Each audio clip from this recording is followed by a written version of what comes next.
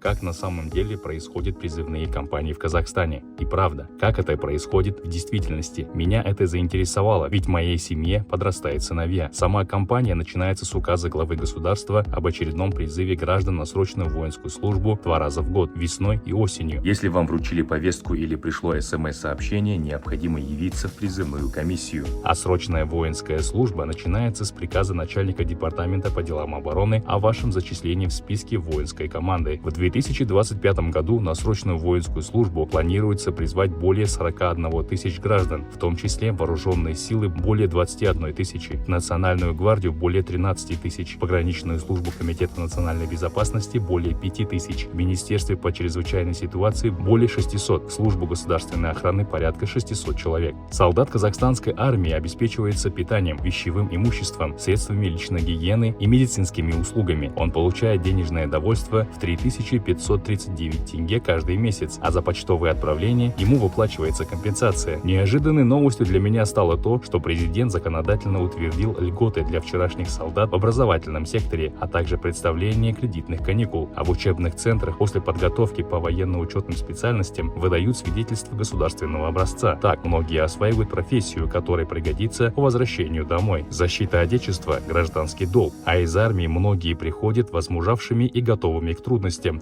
ответственными и мотивированными.